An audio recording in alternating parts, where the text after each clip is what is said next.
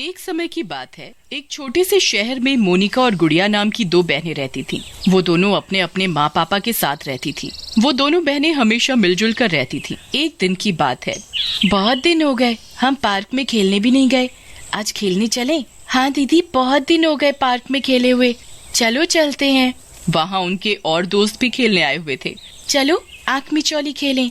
हाँ हाँ, बड़ा मजा आएगा, बड़े दिन हो गए आंख मिचौली खेले हुए। और सब लोग आंख मिचौली खेलने के लिए तैयार हो जाते हैं। सबसे पहले किसकी बारी आएगी? मोनिका की आंखों पर पट्टी बंधेगी। और फिर मोनिका की आंखों पर एक दोस्त पट्टी बांध देता है। फिर मोनिका सब दोस्तों को पकड़ने लगती है। फिर मोनिका अपने दोस्तों को पकड़ते पकड़ते एक झाड़ी के पास पहुंच जाती है। तभी उसे वहां कुछ अजीब सी आवाजें आती हैं।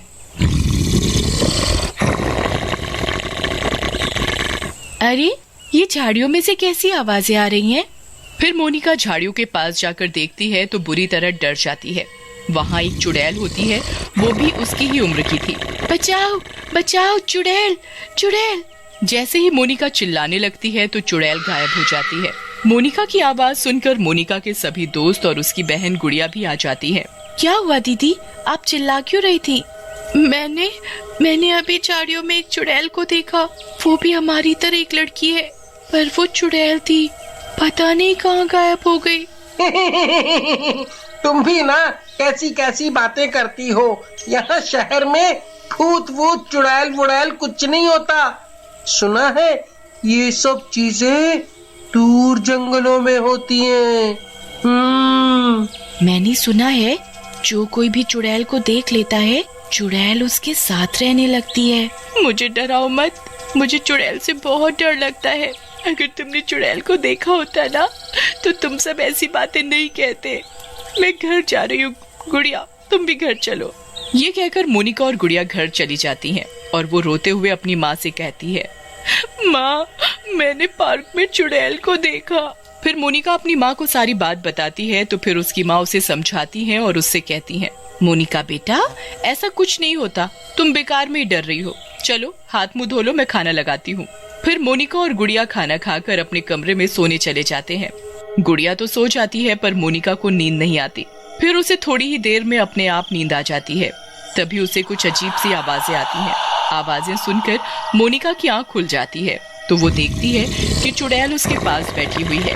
चुड़ैल चुड़ैल, डरो मत, मैं तुम्हें कुछ नहीं करूंगी।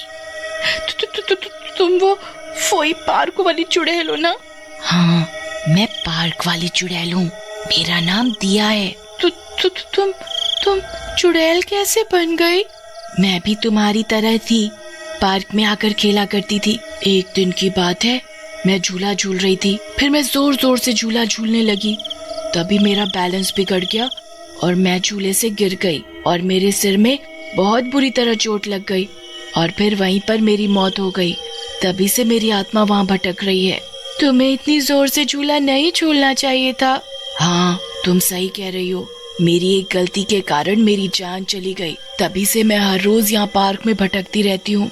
मेरे साथ खेलने वाला भी कोई नहीं है, मेरा कोई दोस्त ही नहीं है। तभी मोनिका चुड़ैल से कहती है, अब से मैं हूँ ना तुम्हारी दोस्त, मैं खेलूंगी तुम्हारे साथ। ये सुनकर चुड़ैल बहुत खुश होती है और वो मोनिका के गले लगकर रोने लगती है। तभी मोनिका कहती है, अब से हम दोनों साथ साथ रहेंगी। हाँ, अब से मैं भी तुम्हारे साथ ही रहूंगी और दिन में सिर्फ तुम्हें ही दिखाई दूंगी और किसी को नहीं। लेकिन रात में मुझे कोई भी देख सकता है। अब तुम सो जाओ। और फिर अगले दिन मोनिका सुबह सुबह उठकर नाश्ता करती है और वो चुड़ैल के लिए भी नाश्ता लेकर अपने कमरे में जाती है। दिया, नाश्ता कर लो। अरे वाह, तुम मेरे लिए नाश्ता लेकर आई हो। लेकर कैसे नहीं आती, तुम मेरी दोस्त जो हो, तुम्हें भी तो भूख लगी होगी। हाँ, भूख तो लगी है। तभी उसकी बहन गुड़िया वहाँ आ जाती है। गुड़िया को आते देख चुड़ैल गायब हो जाती है। वो सिर्फ मोनिका को ही दिखाई दे रही थी तो वो मोनिका से कहती है, तुम अकेले अकेले कैसे खेल रही हो? मोनिका घबरा कर कहती है, हाँ बस ऐसे ही। मुझे लगा जैसे तुम अकेले नहीं खेल रही थी, तुम्हारे साथ और कोई भी खेल रहा था। तभी मोनिका गुड़िया से कहती है, नहीं तो, तुमने देखा ना मैं अकेली ही थी। अच्छा तुम ये सब छोड़ो, ये बताओ तुम कैसे आई? तुम भूल गई हमें स्कूल का काम करना है। ओह, अरे मैं तो भूल ही गई थी कि स्कूल का काम भी करना है। और दोनों बहनें अपना अपना स्कूल का काम करने लगती हैं। तभी माँ आ जाती है और कहने लगती है, तुम दोनों काम ही करती रहोगी या खाना भी खाओगी? चलो पहले चलकर खाना खा लो। गुड़िया तो खाना खाने के लिए जाने लगती है, पर मोनिका कहती है, माँ मैं अपने कमरे में ही खाना खाऊंगी। माँ को मोनिका की अपने कमरे में खाना खाने की बात अजीब सी लगती है, तो वो मोनिका से कहती है, मोनिका बेटा क्या बात है, तुम सबके साथ खाना क्यों नहीं खाना चाहती? तुम्हारी तबीयत तो ठीक है?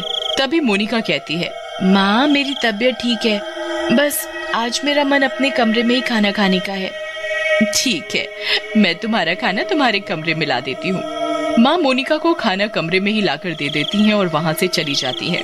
तभी मोनिका और चुड़ैल दोनों साथ साथ खाना खाने लगते हैं। मोनिका का तो पेट भर जाता है, लेकिन चुड़ैल का पेट नहीं भरता और वो मोनिका से कहती है, मोनिका मेरा तो पेट भरा ही नहीं, मुझे और खाना है। ठीक है, मैं तुम्हारे लिए और खाना लेकर आती हूँ। फिर मोनिका चुड़ैल के लिए खाना लेने जाती है और अपनी माँ से कहती है, माँ मुझे और खाना चाहिए। क्या खाना कम पड़ गया क्या? हाँ माँ, खाना था ही इतना स्वादिष्ट कि मुझे और खाना है। माँ मोनिका को और खाना देती है और मोनिका खाना लेकर अपने कमरे में चली जाती है और वो चुड़ैल को खाना खिला देती है। फिर मोनिका चुड़ैल से कहती है, मुझे अपना स्कूल का काम करना है, पर मुझे समझ नहीं आ रहा कैसे करना है। मुझे बताओ क्या काम है, हो सकता है मैं तुम्हारी मदद कर सकूं। मोनिका अपना मैथ का काम चुड़ैल को दिखाती है और वो चुड़ैल से कहती है, मुझे ये सवाल समझ में ही नहीं आ रहे कि ये करने कैसे हैं। ये सवाल तो मुझे बहुत अच्छे तरीके से आते हैं, ये तो मैं चुटकियों में कर दूंगी। फिर चुड़ैल मोनिका का काम मिनटों में कर देती है। तभी गुड़िया भी वहाँ आ जाती है और वो मोनिका से कहती है, मोनिका दीदी मुझसे ये सवाल हो ही नहीं रहे, तुमने कर लिए क्या?